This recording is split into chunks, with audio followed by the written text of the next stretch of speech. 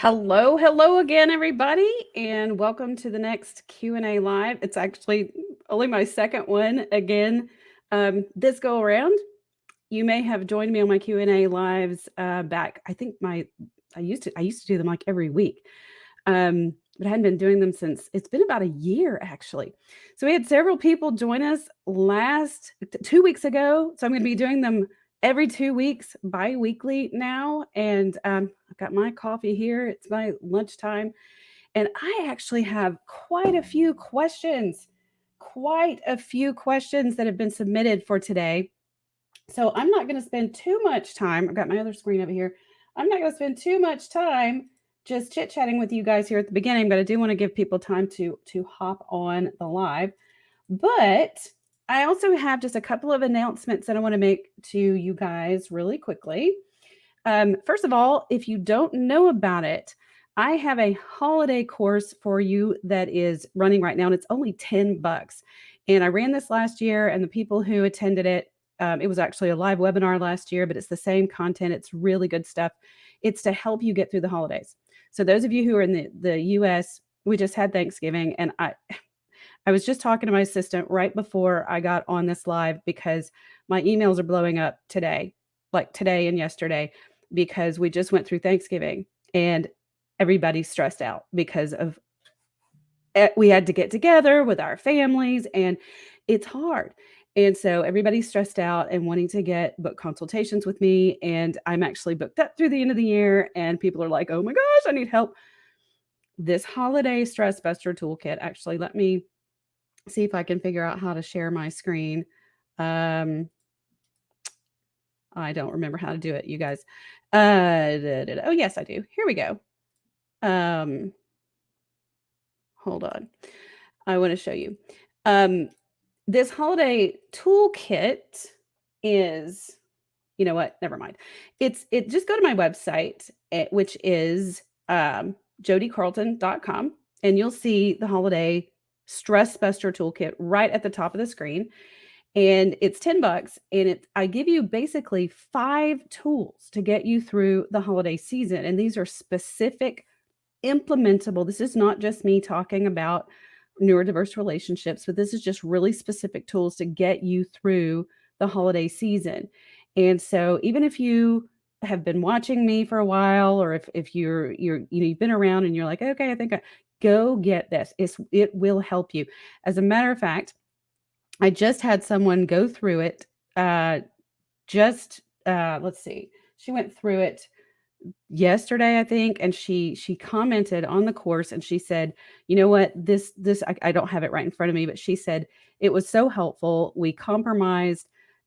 We had a quiet Thanksgiving at home together, just us. And then I went and spent Thanksgiving the next day with my really loud family, and I was able to enjoy my family. She left her husband at home, and she said it was just so emotionally freeing because she didn't feel like they were able to compromise and work through it and do that in a way that they both of them got their needs met. So anyway, go get that, watch it. It's great, you guys. It's helpful. All right. So if you're here, say hello. And I am hopefully streaming today to my Facebook group and Facebook page. I won't be doing that after the holidays, after December, but I wanted to go ahead and add you guys in today. And here's a shout out to my Facebook group peeps. You guys are my people. And if you don't know about my Facebook group, definitely go over and join. Just jump on Facebook and search for my name, Jodi Carlton. It's a great group of people. There's about 2,000 folks in there, 2,100, I don't know. And it's neurodivergent folks, men, women, neurotypical folks, and we are a high integrity group. We don't vent, we don't bash. We talk. My members, we have moderators that are both neurodivergent and neurotypical, and we talk about they in the group. I jump in there when I can, usually on the weekends. But in that group, they talk about the struggles and challenges, and they're so supportive of each other. And a lot of my neurotypical folks will ask the neurodivergent folks for support and help and guidance and wisdom. And it's just a great group. So shout out to you guys. And again, say hello if you're here. and I hopefully can see your comments on this platform that I'm on. So, also, whatever your questions are, be sure and drop them here as well, and I will get to them as I can. Okay, it looks like, just so you know, it looks like my Facebook group, if you're commenting in my Facebook group, I may not be able to see your comments live. And it's probably some kind of a filter or something that Facebook's doing. So you might want to jump over to the YouTube page if you want to drop a comment. So I'm going to get to the questions that have already been submitted and go ahead and start there and go ahead and comment on these questions because I like to have interaction. So basically, someone had actually asked me about how to help. This is a neurotypical partner, and she was asking about how this was about a trait of neurodiversity, about staying alert. So this is not specifically a relationship issue, but it can absolutely affect your relationship. So she said that her partner, but she also has a neurodivergent child, struggles with getting really sleepy and has trouble staying alert. And I actually have seen this affect mixed neurotype relationships because oftentimes when couples are trying to have a conversation, when a neurotypical partner especially comes to their neurodivergent partner to have a conversation, a lot of times the neurodivergent partner will start to get sleepy or will kind of disengage, zone out. And this sleepiness sometimes can be a problem for neurodivergent folks also in other types of settings. This is a type of sensory overwhelm. It's an executive, so the sensory system and the executive functioning system of the brain is having to work together all the time. So the sensory system is taking in information from the senses, and the executive functioning part of the brain right here in the front is having to interpret all of that information, organize it, put it together, and then do something with it.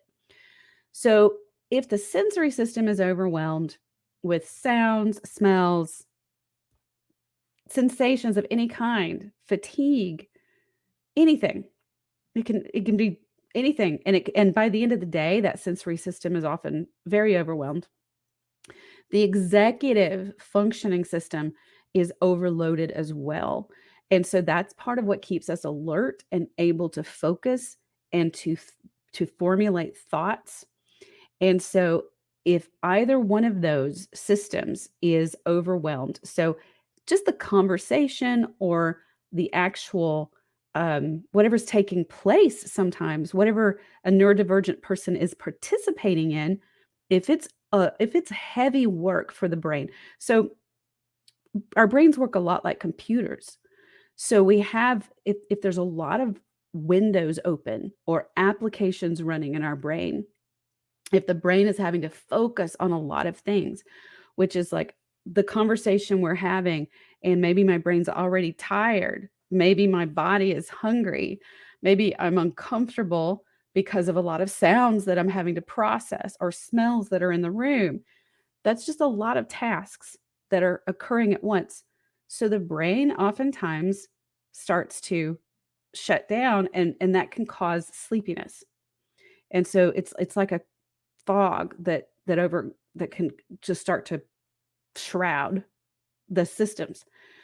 So the way to prevent that is to start to really look at what's overwhelming the brain. Are there sensory things that can be shut out? Is the TV on, or is there music on? Are there loud noises? Are there smells? Start with the sensory system first. What's overwhelming the sensory system?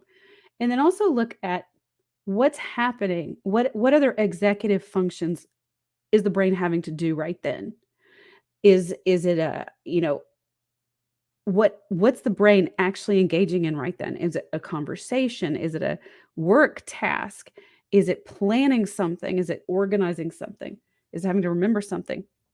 Is it a, is this a, is a couple trying to have a conversation about emotions, which are for this particular neurodivergent individual, is that a language that isn't spoken very fluently? So you want to look at all of those different factors. Is someone really tired? Have they had a long day? What's the timing of this, of the situation? You want to look at all of those things to deter, what, when someone's getting sleepy, what's contributing to that. All right, I don't see a whole lot of comments here. I don't see any comments here. So I don't know if you guys are just listening. I do see people are here. I'm going to actually open up my YouTube browser and make sure that I'm seeing everything. And I'm going to do that real quick and just make sure we're good. Hopefully it doesn't. Yeah, here we go. We're good. Let me turn the volume off there. Okay. All right, we're good. Hi, Rianne. Oh my gosh, good to see you. Haven't seen you in ages. Okay, I do have a comment. Okay. Okay. So if anybody, okay, and you're commenting from Facebook, so that's great. I see that Facebook comments are coming through. Awesome. All right. So if anybody has any questions, feel free to drop them here. I'm here to talk to you guys. I am going to move on to the next question. So, okay, this next, I have two questions that kind of go together, and this came out of the Facebook group actually. And one of the members there, she was commenting on a post that I actually had made about being happy. It was in support of neurodivergent individuals and being happy to be who they are. And this individual is like, she asked me, she said, where's your support of the neurotypical partners? And so we had a conversation, and something that she said was, well, first of all, I asked her, I sometimes feel like I'm supporting neurotypical partners more than neurodivergent partners. So it was interesting to me. I was intrigued by her asking me that. So anyway, we ended up having a conversation, and she said to me, she said, it feels sometimes like we, meaning neurotypical partners, are supposed to grin and bear it. And so I told her, I said, okay, I want to talk about this on my live, because I actually hear this quite a bit. I hear neurotypical partners. I see it in the Facebook group. I see it here in YouTube comments where neurotypical partners say, you know what, it feels like we're supposed to just do all the work. We're supposed to do everything, and we're supposed to just grin and bear it, which to my, if I have any literal neurodivergent listeners, what that means is that we're just supposed to deal with it. And we don't get any type of, our neurodivergent partners are not supposed to make any of the efforts themselves. So I want to just really be clear and emphasize that in a relationship, any relationship,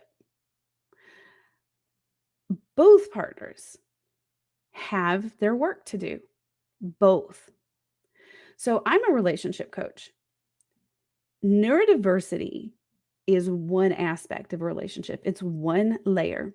Sometimes it's a very big one. All the time.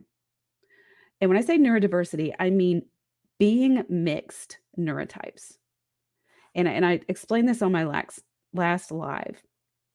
But being mixed neurotypes means that you have different brains.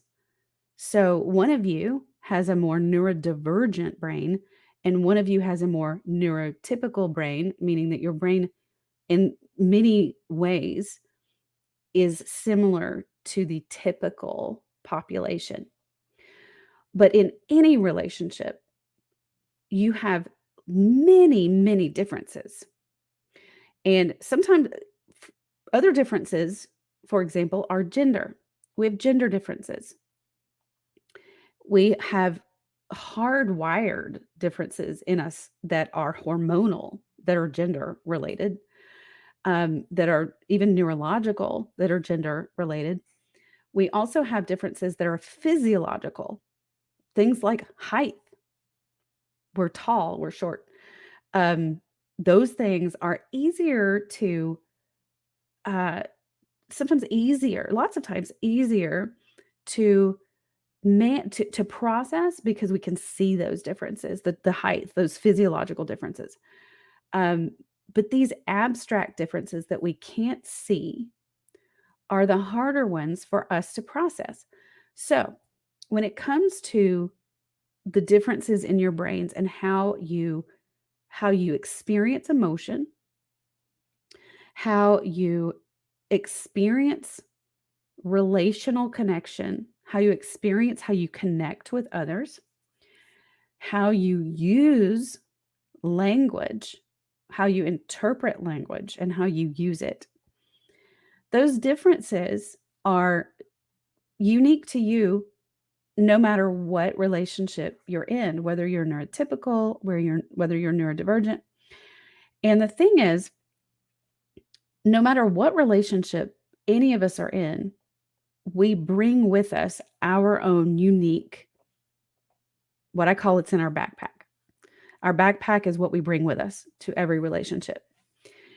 And both of you are responsible for bringing and showing up with what you have and recognizing that you're bringing that and your partner is bringing a whole other set of unique differences.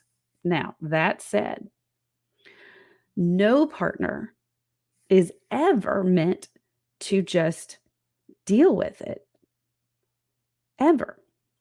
However, all of us have to decide what we personally have to have and what we need and want in a relationship.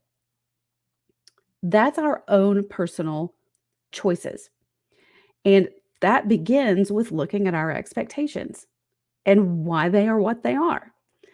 And we look at our expectations of what love is and how it's defined, how we how we receive love, how, what our role is as a husband or as a wife, what our partner's role is supposed to be, and where those expectations come from, who communicated to us what that's supposed to be like, what it's supposed to look like. And so we want to look at those things first. And then we can request of our partner, we can look at, okay, this is what I really want and this is what I really need. And then we can tell our partner what we want from them, what we hope from them, what we wish from them. But ultimately, each one of us has to be who we are. And nobody is meant to just deal with it ever. And so if you are ever in a relationship where you have a deal breaker, and I've talked about deal breakers a lot in my videos. And so I have this model where I help people determine whether or not you actually have a deal breaker. A lot of people believe or think or feel like they have deal breakers because there are things that are big and huge that feel big and painful.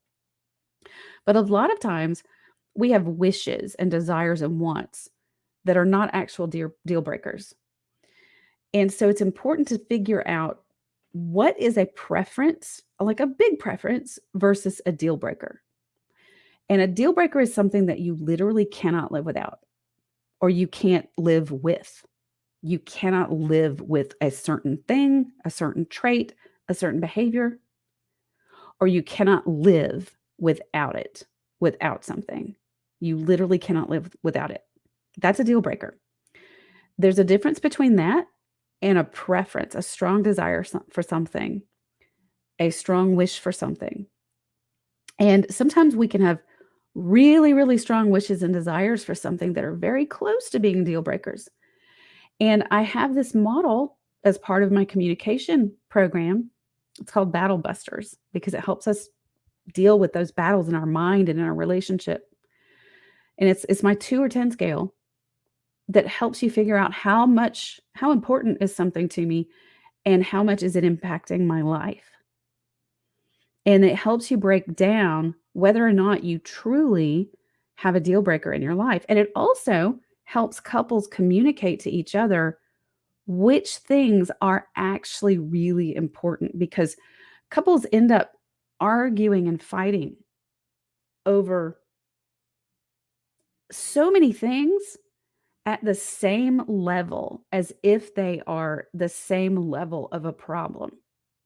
So you may have a partner, that you're fighting about whether or not somebody forgot to get milk on the way home at the same level and intensity, and that turns into, you really don't care about me, or you don't love me, and then you're always criticizing me, and why don't you just, why are you even, it just turns into this huge fight. That is the same level of argument as when you have a partner who literally cannot cannot recognize when safety is an issue, like when cannot recognize that something unsafe is happening, cannot make a decision or a choice that is safe for you or for your family or for your children, and lives are at risk. I saw that happen a lot during COVID. So those are really different types of deal breakers. But again, nobody is ever expected to grin and bear it. And the neurotypical partner is never expected to just deal with it. You have choices. You have choices. My neurotypical folks, and a lot of my neurodivergent folks, but my neurotypical folks a lot of times are very codependent. I am a recovering codependent myself.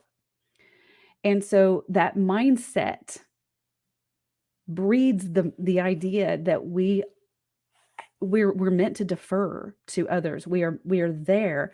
We are chronically addicted to making sure everybody else is okay. And it doesn't occur to us that we can choose us. That we can actually choose us. That we don't have to make sure that they're okay. That everybody else is okay. And you do. You get to choose you. I'm going to pause there. And let's see, Rianne has a comment. You said, yep, I have autism and possibly ADHD and other issues. It's hard work just being myself, let alone bringing another person into a relationship at times. Although I do wish that people actually understand everything that is happening in my brain, unfortunately, no one totally understands that. So I stay single just for that reason, so that I won't hurt anyone around me. Rianne, I know this has been a struggle for you for the longest time. And it is difficult for so many people like you who are not understood, and that people don't understand what's going on in your brain, the overwhelm. And you know what? This actually brings me to another question, actually. Let me look at my question, because I think it kind of segues right into it.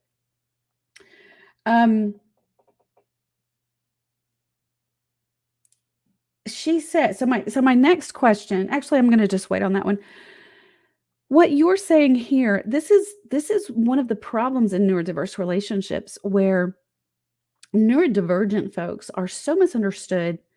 And this actually goes back to what we were just talking about, where a neurotypical partner feels so often like they're having to grin and bear it, and carry the burden of the relationship and of dealing with not getting their needs met. Whereas so many of my neurodivergent partners are also really, really struggling, because they're so misunderstood. And because it's so impossible to see inside the brain and the mind of a neurodivergent, and to see the burden that they're carrying every single day, just having to process the world, just having to literally process the environment, and process language and interaction and communication. And neurotypicals, it's so autopilot for us. It's just our systems are just functioning. And because we cannot see how much of a burden our neurodivergent partners are carrying, it just doesn't exist to us. And so we feel like we're carrying that load and having to just grin and bear it because we're not getting our needs met by our neurodivergent partners. But then you've got Rianne right here saying, you know what? I'm just so misunderstood that I'm just choosing to stay single because I can't even try to get, just getting someone else to understand me is so hard that I'm just trying to stay single. And Rand, I know you have tried in the past. You've been in my group now for a couple of years, and we've talked a lot over those years, and I know you have tried, and it's been really painful for you. Even in your family relationships, it's been very painful for you. And just while we're talking about that, these relationships are not just about romantic partnerships that I'm talking about here. Neurodiverse relationships, mixed neurotype relationships are so many different relationships in your life. I have a best friend who's neurodivergent. I have a daughter who's neurodivergent. I have other family members who are neurodivergent. And it's difficult. It's so difficult. It's difficult because we're different. And none of us really get to say, I'm carrying the weight. It's very hard. It's difficult. Okay, let's see. Other questions, you guys? Nope. I see you guys are here, but nobody's really talking to me. Okay, so another question I have. How are we doing on time? This is also from my Facebook group.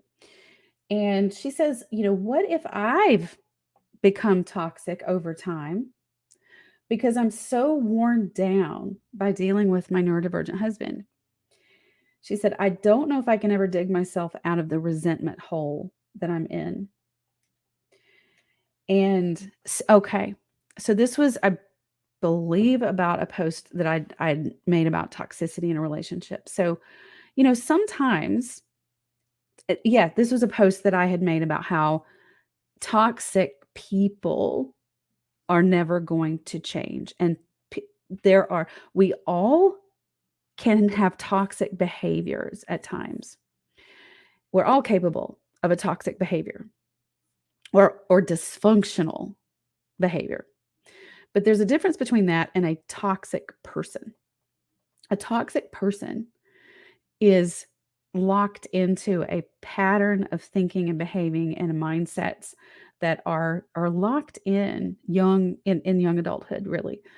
And that person is not ever going to be willing or motivated to update or change those behaviors.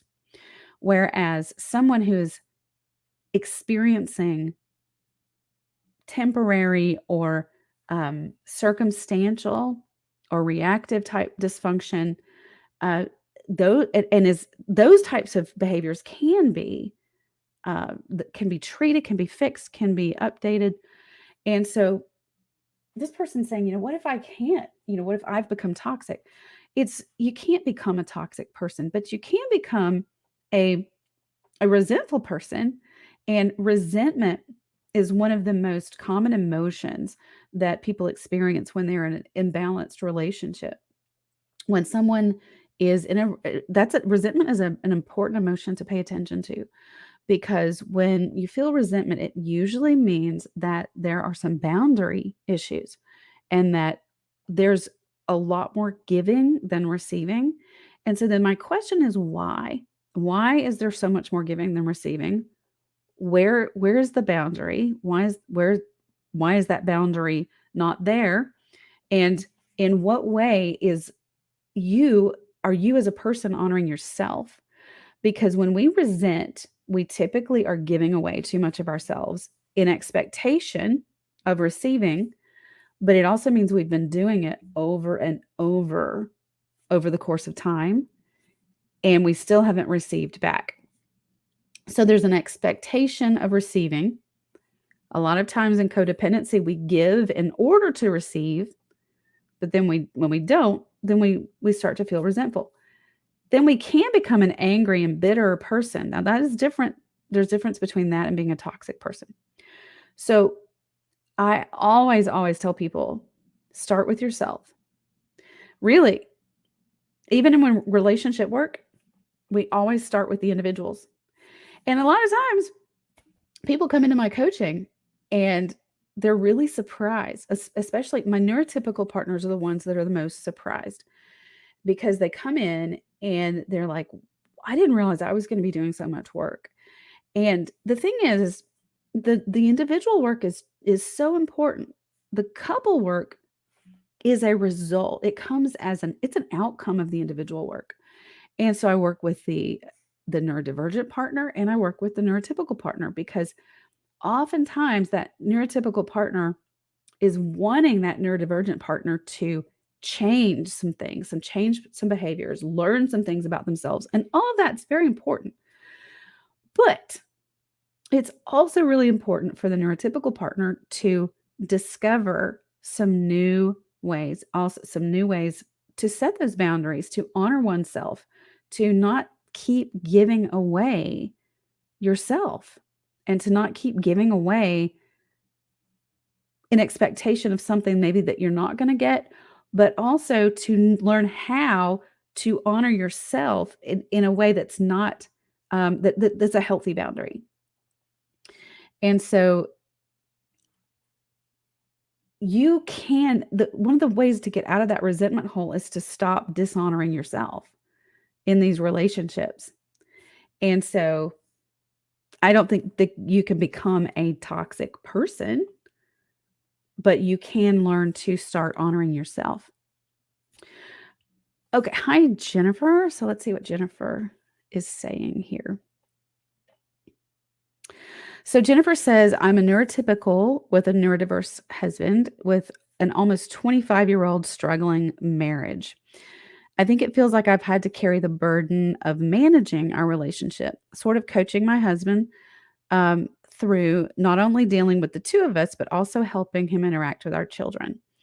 I'm out of energy, but if I don't do that, it's a mess, and I have to change what I do to not set his triggers off. So it feels like everything always has revolved around him. So at what point do I let, and that cut off your comment? I can't see the rest of the comment. I think you're probably saying, so let's see. Let me log into Facebook real quick. Let's see if I can see the rest of your comment. So basically what I'm hearing you say is, at what point do you let, it's going to take too much for me to get there. So really what I'm hearing, this is a common dynamic. So you are carrying the burden of managing the relationship plus coaching him with the children. And you're saying, if you don't do that, it's a mess. So that mess oftentimes is when neurodivergent fathers, okay, you said, at what point do I let him sink or swim knowing that it will be a disaster? Okay. That's when I would ask you, what is your definition of disaster? Because this comes down to expectations. And so there's a lot of variables here. A lot of times neurodivergent families have neurodivergent children. You may or may not, but what is your definition of disaster? Because ultimately, over time, your children have to develop their relationship with their dad. This is basically how I managed this in my own with my ex-husband when I was still parenting with him, and even after my divorce, because I still had to co-parent with him. And this is how I advise my clients. You first want to focus on their safety. Safety is paramount. Okay. So you want to make sure that your children are safe. And then you secondly want to make sure that emotionally your children are okay. But you also want to make sure you're not projecting your own emotions and your own emotional feelings onto your children. And this is important because those of us who are neurotypical, especially if we have codependent tendencies, we have a tendency to project what we believe, what we feel onto our children, like the pain, the suffering, the hurt onto our children. And so we need to be very careful not to do that.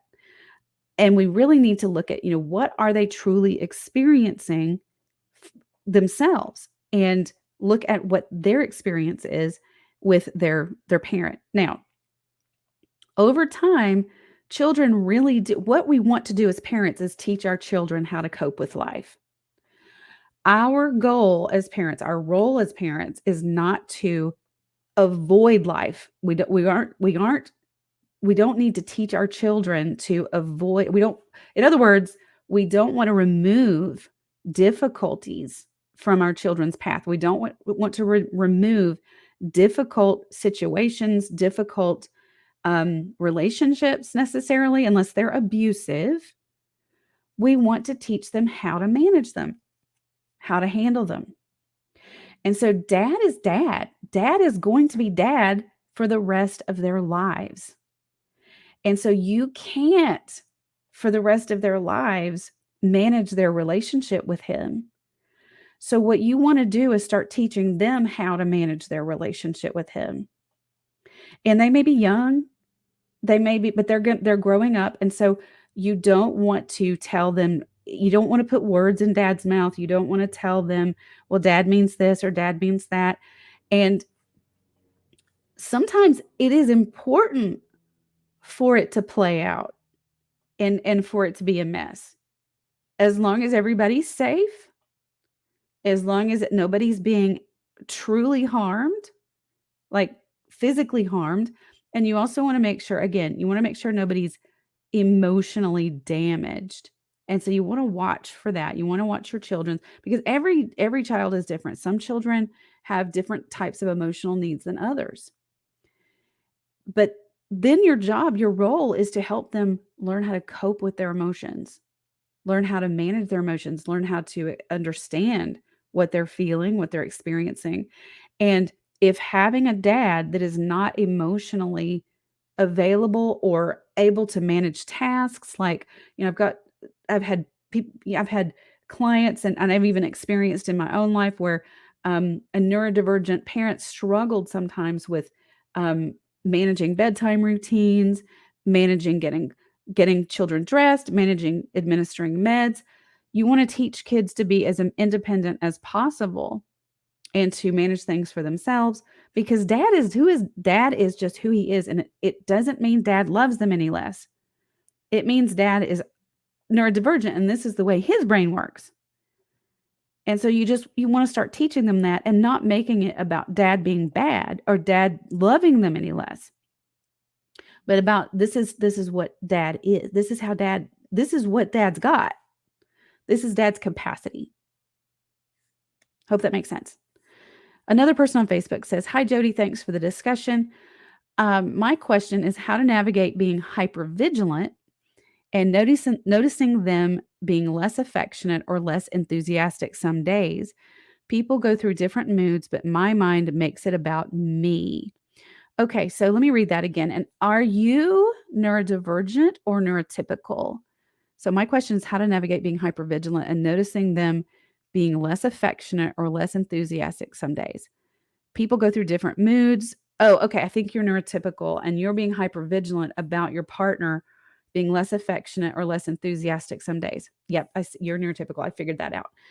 So basically what you're doing is you're looking for signs you're looking for affirmation. You're looking for signs to figure out where you stand with your partner. And this is a very codependent mindset. And I'm not laughing at you because I raised my hand. I've been there. So basically hypervigilance, this means you're scanning. It's like a weather radar system. You're scanning the horizon for, is there a storm on the horizon or are we good? So you're looking to your partner for signs to see where do we stand today? Where do we stand today? Instead of being confident and secure in who you are in the relationship. And so you're basically handing all of your personal empowerment to your partner in the relationship. And neurodivergent folks do not do well with this. Okay? They do not do well with this because neurodivergent folks, and really everybody, not even neurodivergent, partners in general, being on the receiving end of that is very difficult, actually, in a relationship. being on the receiving end of someone who's constantly checking in to say, are we okay? Are we good? Um, that's difficult. Now, that said, a neurodivergent person who's constantly on, a meltdown can happen, an overload can happen. They're very much, this is where the self absorption comes into play. It's not about, I don't care about you. It's just that I'm trying to make sure I'm okay. I'm trying to make sure I don't flip out. At, I'm trying to preserve my sanity. I'm trying to be okay. And so that's where that I'm self-absorbed. I'm teetering on the edge of a meltdown today. You know, a neurodivergent person is so bombarded every day. It's like being in a disco ball, a room with a disco ball with music blaring and lights flashing and people talking at you just like all day long, every day. And you didn't get sleep last night either. It's just like that all day long. And so they're just like teetering on the edge. So they're just in self-preservation mode all day long. And so it's not about them not caring about you, though. It's just about them trying to get through life and get through the day without falling apart. And so when neurotypical partners are constantly going, "Are we good? Are we good? Are we good?" And so you're checking in and looking for those, you know, affirmations when a neurodivergent partner is just like, I'm just trying to survive here. I'm trying to get through life and get through the day. And I love my partner. I love my children. I love my people, but I need them just to know it. I need them just to know I've told them I love them and I need them to know it. It's very, for a neurodivergent, it's crazy making for them to be like, I've told you, I've reassured you, I know, I've told you I love you. Why do you need to keep, no, why do I need to keep telling you I'm trying to survive over here? So one of the advice that a piece of advice I would have for you is to look at the things, pay attention to what your partner does and says and what they have done and said to let you know that they love you and they care. And recognize that being less affectionate or less enthusiastic some days is so much less about you and more about self-preservation for neurodivergent folks. And if you can shift your mindset in that regard and know that, that means that they're struggling. They're in a struggle for survival that day. And it's not about you, then that can really help you to be less, help with that hypervigilance. All right, Jennifer, back to you. My kids range from 9 to 20. He's destroyed any relationship with our older boys. I have to be careful that he doesn't say emotionally hurtful things. I admit I've smoothed things over by explaining he loves them despite how his behavior seems. He's emotionally unavailable or tends toward verbal hurtfulness if he's mad. So you said, I have to be careful that he doesn't say emotionally hurtful things. The thing is you can't control what he says. And you said he's destroyed any relationship with our older boys, and your boys are between 9 and 20. So their relationship with him is still young. And right now there's still a lot of time left. There's just, I see my own kids working through their relationship with their dad, who is neurodivergent and undiagnosed and doesn't recognize that he's neurodivergent. And I see over time, I see that whole relationship playing out. And your kids, when I hear you say he's destroyed that relationship, that seems so final. And I hear that there have been behaviors that have harmed it, but I would caution you against using that strong of a term and that final of a term. These relationships are hard. And so instead of smoothing things over by explaining that he loves them despite his behavior, I would focus more on helping them to validate their feelings. If they're neurotypical or neurodivergent, validating what it's like to be in a relationship with him, what it's like, what it feels like when he does hurtful things, and also help them to understand what's happening for him when he says something verbally hurtful. If he's mad, help them to understand his neurodivergence. I mean, do they know he's neurodivergent? First of all, I mean, do they know? They need to know if they don't know, because that framework is just as important for them as it is for you. They absolutely need to know. And so that understanding of dad is not going to change what he says, and it's not going to change that it's hurtful, but it absolutely can change the meaning of what it means. And so you can help them navigate it, but not fix it. I hope that makes sense. Okay, let's see. How are we on time? I've got a few more minutes here, and I want to make sure. Okay, I had one more question. Actually, I have two. So actually I have a question, and then there was a comment on my YouTube channel about another video, but I can always save that one for next week. So one of my moderators, one of my awesome moderators, asked me, can a person with anxious attachment have a successful romantic relationship, or is that brain wiring solidified by early adulthood? So, okay. Anxious attachment. So attachment theory has to do with how we connect and bond with the people in our lives. And so attachment is definitely not hardwired. So things that are hardwired are things like our personality. Our personality is hardwired. Attachment is not. And so we can actually attach differently in different types of relationships. We can attach to friends securely. One friend securely. We can attach to another friend in an anxious way. We can attach in romantic relationships in a more insecure way. And we can have one romantic relationship that's secure, but the next one be anxious.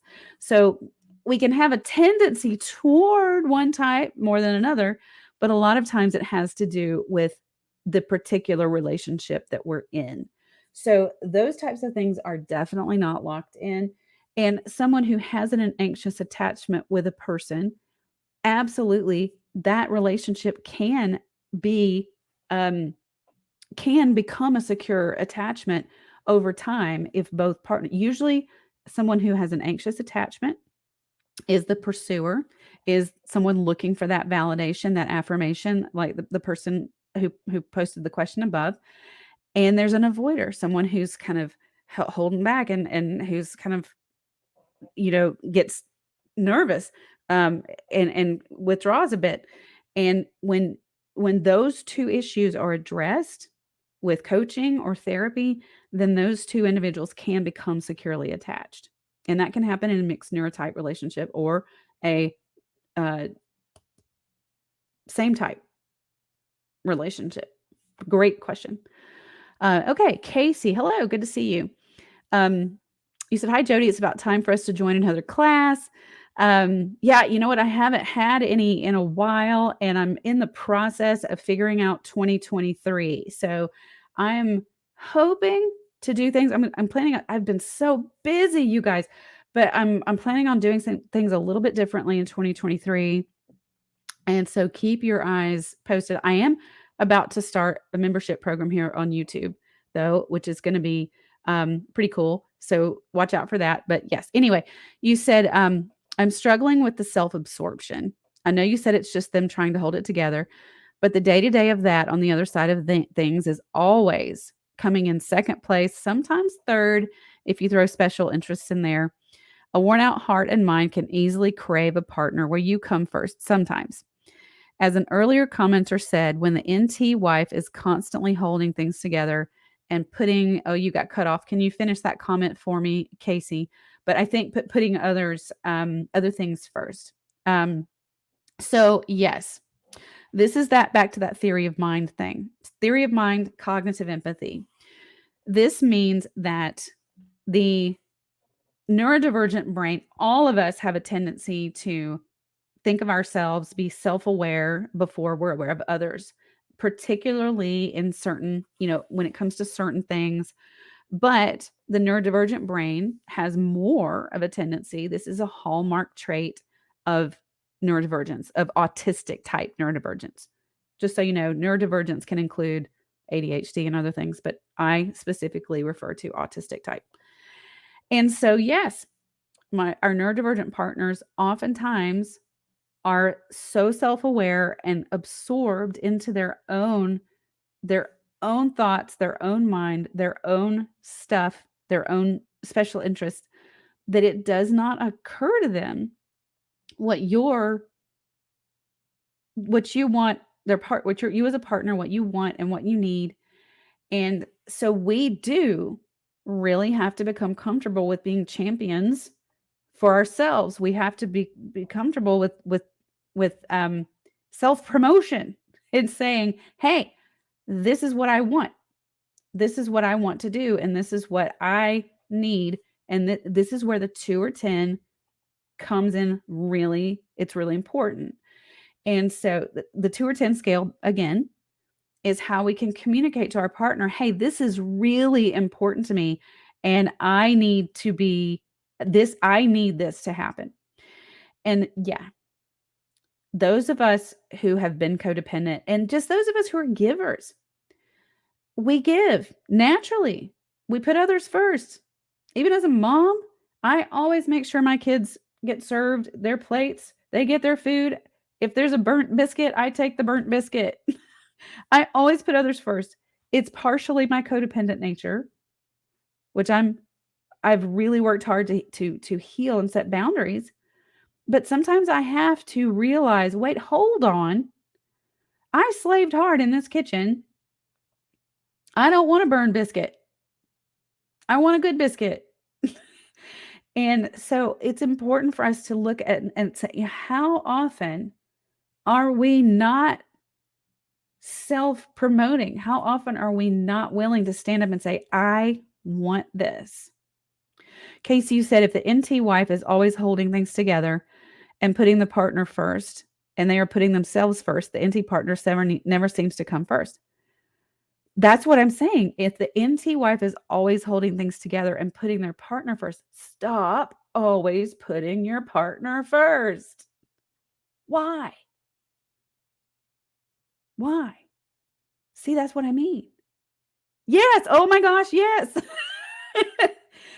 Stop it. Stop it, you guys. We don't exist. Nobody exists to put someone else first, always. And neurodivergent folks will take what you give, not because they're selfish jerks, but because they're just wired to assume that you will communicate what you want and need, because that's what they do. Neurodivergents are wired to be blunt about what they want and what they need. They're focused on that, and so they'll tell you. Whereas neurotypicals, we package things with politeness and compassion and selflessness. But our neurodivergent partners assume we'll just say what we want and what we need. But when we're neurotypical, a lot of times we're not doing that. And so our neurodivergents are not picking up on our cues. Or when we kind of politely say, hey, I'd kind of like to go to this restaurant. And they're like, no, I really don't want that tonight. And we're like, okay. We've got to say, okay, no, I don't want to go to Waffle House again.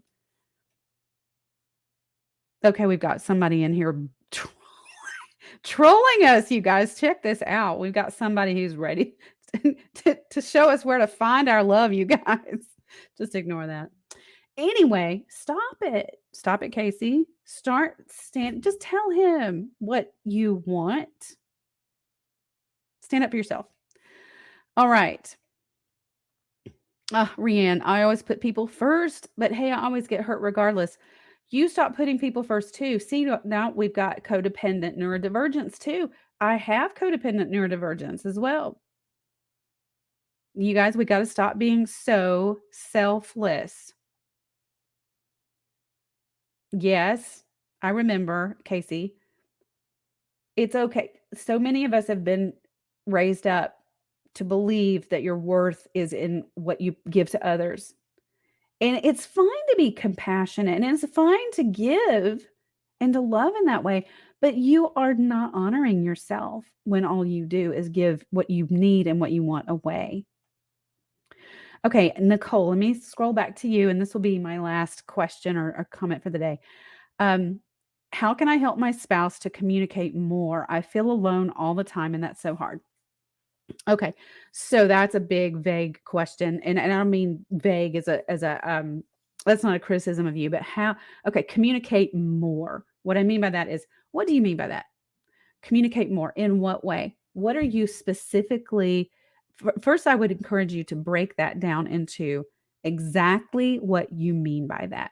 What specifically you I want you to create bullet points. So what in order to get your spouse to communicate more, it's important for you to know exactly what you mean by that. So, specifically, what kind of communication are you wanting from your spouse? Are you wanting your spouse to communicate what he or she feels? Are you wanting your spouse to communicate what time he or she's coming home from work? What does that mean specifically? And then say those things very literally to your spouse. I would like to know this. I would like this, and put it in bullet points. Don't write or say a whole you want to communicate to your spouse in very clear, concise bullet points, whether you put it in a text or on an email, um, or in a conversation that lasts no longer than 5 minutes. You want to know specifically what it is that how you define communicate more. All right. Rihanna, you said, well, if I could stop being that way, would I be the person I am? That's what's making me think in regards to everyone else in my life. I started doing boundaries in regards to work as did get burnt out again. Yeah, you know what? A lot of people say that's what makes me who I am because they're giving people and kind, and I get that. But you can still be a compassionate and kind, loving human being, but also be compassionate and kind and loving toward yourself. The problem with being compassionate and kind at your own expense is that you give other people more, not just you, Rand, but lots of other people. You give other people more regard and more consideration than you even give yourself. And when you do that, you are teaching other people how to treat you. So treat yourself. The rule, do unto others as you would have them do unto you. I would say do unto yourself as you would have others do unto you. Treat yourself the way that you would have others treat you. I think that's a great stopping point right there, you guys. Thank you for joining me. It was a great conversation today. And send me your questions for next time. You can send them to gethelp@jodicarlton.com. I'll post that here.